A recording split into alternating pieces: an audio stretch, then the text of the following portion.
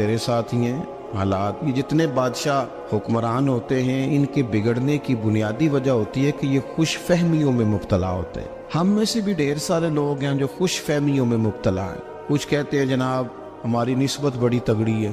بھئی نسبت تو امام حسین سے تگڑی تو کسی کی نہیں نا. تو ساری رات نماز پڑھتے تھے, روزے رکھتے تھے, اللہ کو یاد کرتے تھے.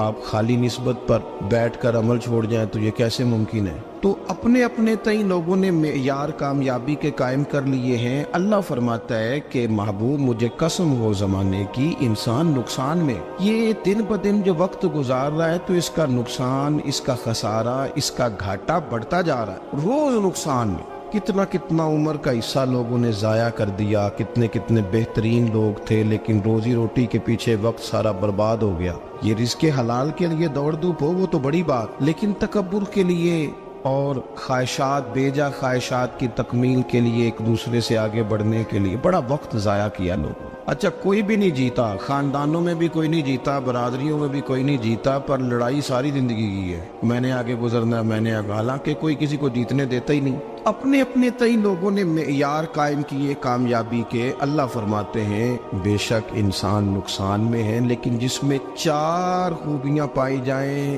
اللہ کا قرآن کہتا ہے وہ بندہ کامیاب ہو. کون کون سی؟ الا الذین آمنوا. سب نقصان میں نہیں سوائے ان لوگوں کے جو ایمان لائے. سب سے پہلے کیا کرے؟ ایمان ہو اس کے پاس, مضبوط ایمان. وعملوا الصالحات, اور ایمان بھی لائے اور نیک کام بھی کرے.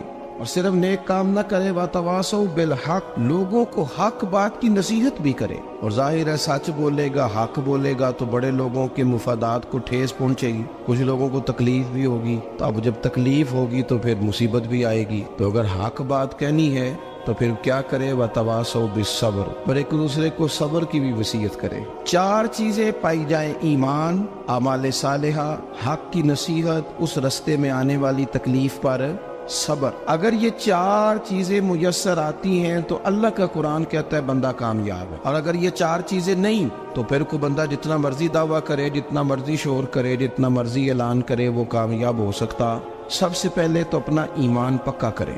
یہ جو کچی پکی باتیں کرتے ہیں نا لوگ, مسلمان جو ہوتا ہے نا, مسلمان وہ لاوارث نہیں ہوتا, وہ وارث والا ہوتا ہے. اس کا رب ہر وقت اپنی رحمت سے اس کی حفاظت کرتا ہے. مسلمان ہر وقت نبی پاک علیہ السلام کی نگاہ کرم میں رہتا ہے. اسے کمزور باتیں نہیں کرنی چاہیے کہ میرے کو پیچھے چڑھ گیا تو پتہ نہیں کیا ہو جائے گا, برادری مخالف ہو گئی تو پتہ نہیں کیا ہو جائے گا, سچ بول دوں گا تو لوگ پتہ نہیں مجھے مار دیں گے. ایسا ہو نہیں سکتا. چھری حضرت ابراہیم چلائے بھی نا تو حضرت اسماعیل کے حلق پہ چلنا اس نے تب بھی ہے جب اللہ حکم کرے گا. تو اللہ کی حکمت ہوگی, حکمت الہی ہوتی ہے تو کوئی کام ہوتا ہے, ورنہ ہوتا. تو اپنی طبیعت میں مضبوط ایمان, توکل, اللہ پہ بھروسہ, مضبوطی افکار کی, کچی باتیں نہیں. دیکھو نبی پاک صلی اللہ تعالی علیہ وسلم نے فرمایا نیکی کو کبھی حقیر نہیں سمجھنا, کبھی حقارت سے نہیں نیکی کرنی کہ یہ بڑی چھوٹی ہے تو میں اس کو کروں. اب فرمایا کبھی حقیر نہ سمجھنا, نیکی کا کام جو بھی ملے کر دینا.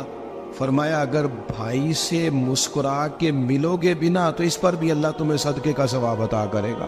ہم تو اس دین سے کے ماننے والے ہیں جو کہتے ہیں تو گلی سے روڑا اٹھا دے, کانٹا اٹھا دے, کسی کی تکلیف دور کر دے, کسی پر گنجائش کر دے, کسی کے لیے آسانی کر دے. جو بھی خیر کا کام میسر آئے پورے دن میں اسے چھوڑے نہیں. صبح گھر سے نکلے, وہ ایک صحابی تھے, غالباً تابعی تھے, تو بازار جاتے اپنے غلام کے ساتھ تو سارا بازار گھوم کے واپس آ گئے. خادم نے کہا جناب کو نہ کوئی خریدا نہ کچھ بیچا, تو آپ سارا بازار گھوم کے آ گئے. فرمانے لگے تیرا کیا خیال ہے؟ میں نے کچھ بھی نہیں کیا. کہا جناب پھر کیا کیا ہے؟ فرمانے لگے تم نے دیکھا جو بندہ بھی گزرا میں نے اس کو کہا السلام علیکم, تو کتنی کو نیکیاں میں جمع کر کے آ گیا ہوں.